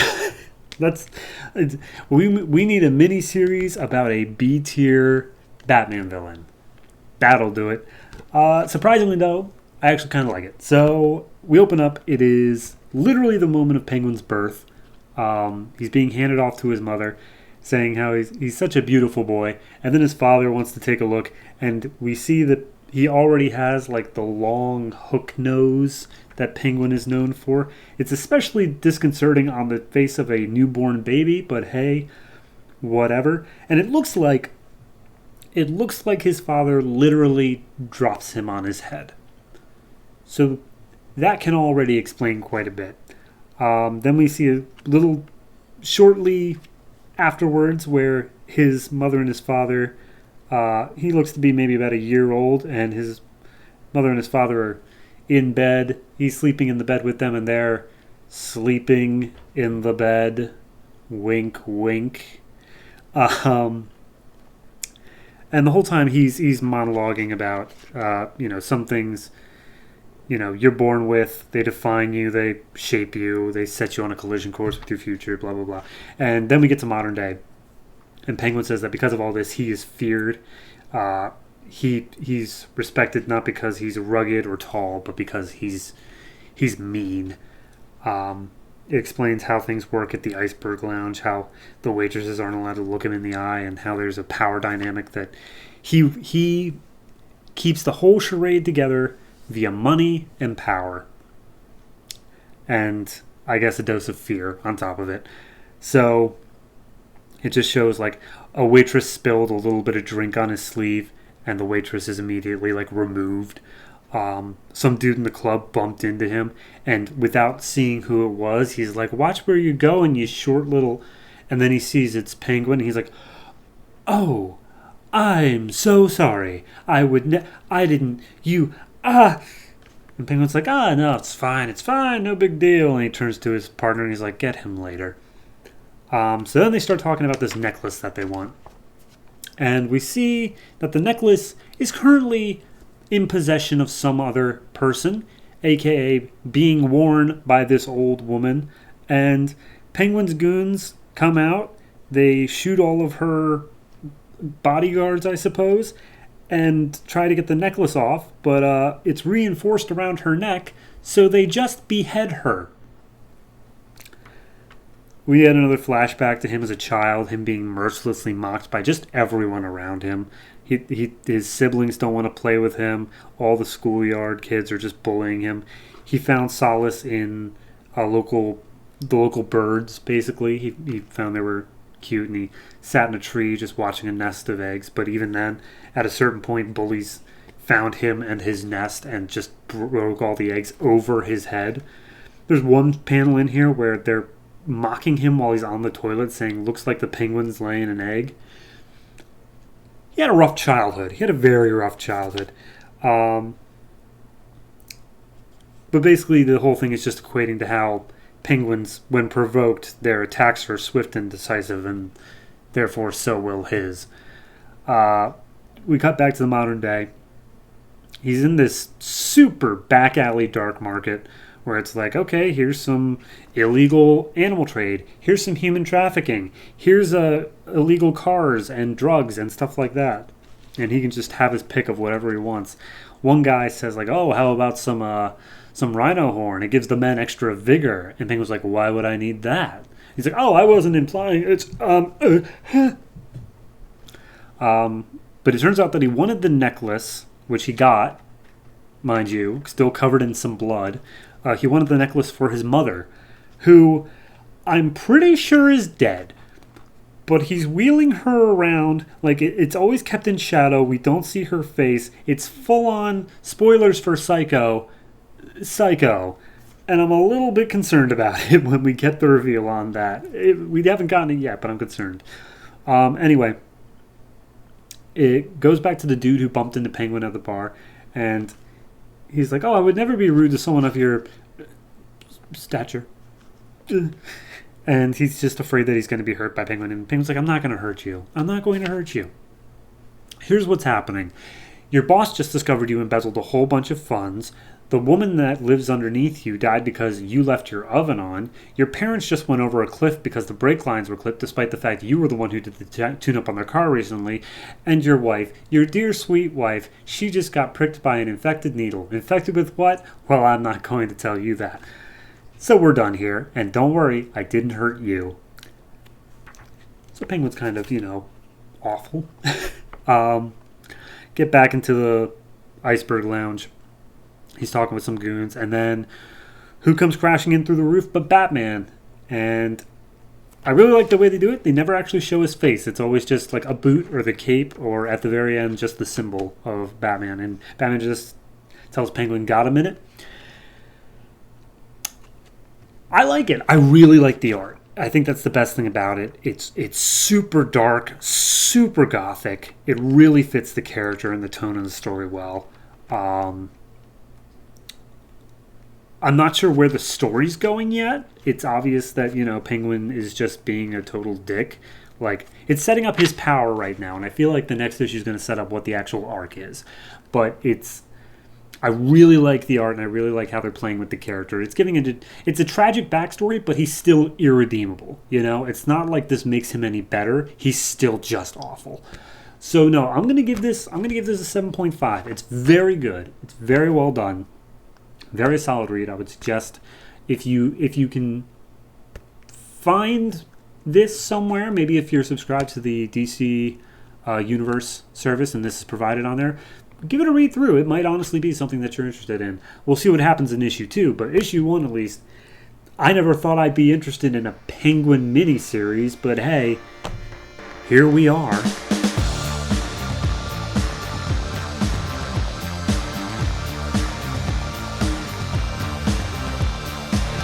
And that's it. Those are all the books that came out this week, back on October 5th, 2011. 15 of them. Oh, I'm sure I'm so over on time, so why don't we just move into next week's books where there are, guess what, another 15 of them. Yay! October 12th, 2011 held such fantastic books as the number 2 issues of Batman and Robin, Batgirl, Batwoman, Superboy, Green Lantern, Mr. Terrific, Deathstroke, Grifter, Suicide Squad, Legion Lost, Demon Knights, Frankenstein, Agent of Shade, and Resurrection Man. But on top of those, we also get 2 new miniseries. First one is an anthology series called My Greatest Adventure, which actually was not collected in trade format. I had to find them in single issue form. So that was fun. And the other one is The Shade, which is about I don't know what, because I've never read it. But hey, if you know what The Shade is about, if you have any opinions on any of these comics I've talked about today, I'm going to talk about next week, or I'm ever going to talk about ever on this show, feel free to hit me up on Twitter, at DC Comics Podcast. That is at DC Comics Podcast. Use the hashtag New52 because, I don't know, I hear that's what the cool kids do, and you want to be cool, right? Also, we have a Patreon. I don't see any money from it, but go ahead and give it a visit. Mild Fuzz TV on patreon.com. That is Mild Fuzz TV, all one word. If I have to pay into it, so do you. Now, I could say something. I could do anything to round off this show in some sort of satisfying notion, but I'm tired. I'm very tired. It is 2 a.m. the night before this has to go up, because I procrastinate far too much. So I'm just going to call it a night and start reading next week's comics right now. And as always, if it ain't broke, don't fix it.